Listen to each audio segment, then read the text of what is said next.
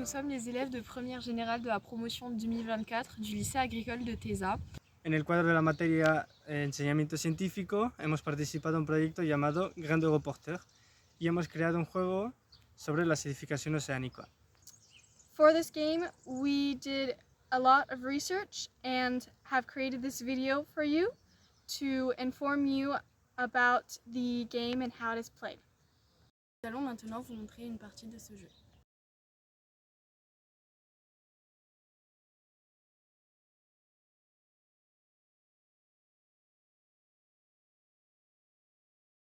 Chaque joueur va partir avec 5 CO2. Donc chaque joueur lancera le dé et celui qui fait le plus grand nombre commencera la partie. Il avancera du nombre de cases indiquées par le dé. Quand la partie se termine, les joueurs ayant le moins de CO2 à la fin de la partie gagnera.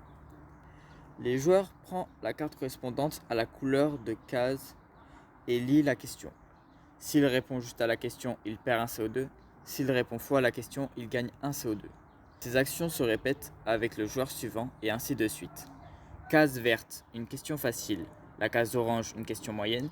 Et la case violette, une question difficile.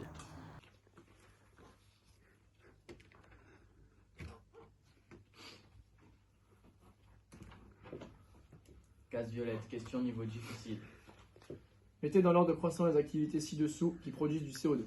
Les industriels et les constructions, les transports, la production d'électricité. C'est la question 5.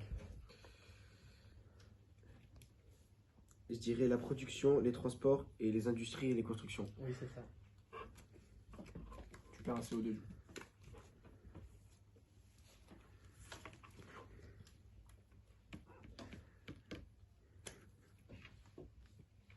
Question 8. Quel est le principal gaz qui ralentit le développement des squelettes calcaires? CO2, O2, H+.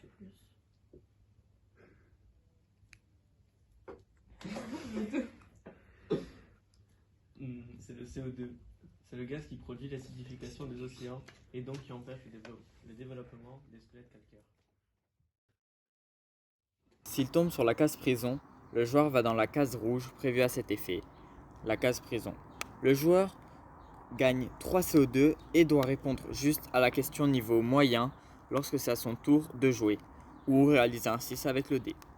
Les réponses des joueurs en prison n'ont aucun impact sur leur CO2. Colis. Oh, t'en prie. Tiens, il faut que tu réponds à cette question. Quel est l'effet de la diminution du pH à moyen terme sur les méduses? Elles explosent, elles rapetissent, elles prolifèrent, elles deviennent plus grosses. Elles prolifèrent et elles deviennent plus grosses. Exactement. Ouais. C'est une bonne réponse, tu sors de prison. J'étais où avant? Tu étais par là.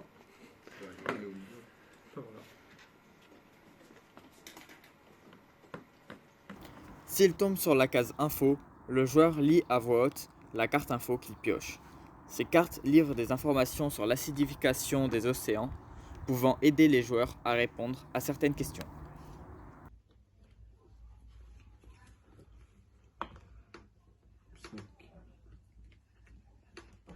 Case info, vous allez recevoir une information concernant l'acidification des océans. Les 200 dernières années, dans les océans, le pH est passé de 8,34 à 8,1, soit 30% de baisse. L'acidification des océans est un facteur de perturbation de tous les écosystèmes aquatiques comme terrestres. Un des facteurs de perte de la biodiversité actuelle est l'acidification des océans avec la déforestation, la pollution, le dérèglement climatique et les invasions biologiques. Nous sommes dans une 6e grande crise de la biodiversité au niveau mondial terrestre comme aquatique. Alors, les joueurs qui auront le moins de CO2 gagnent la partie.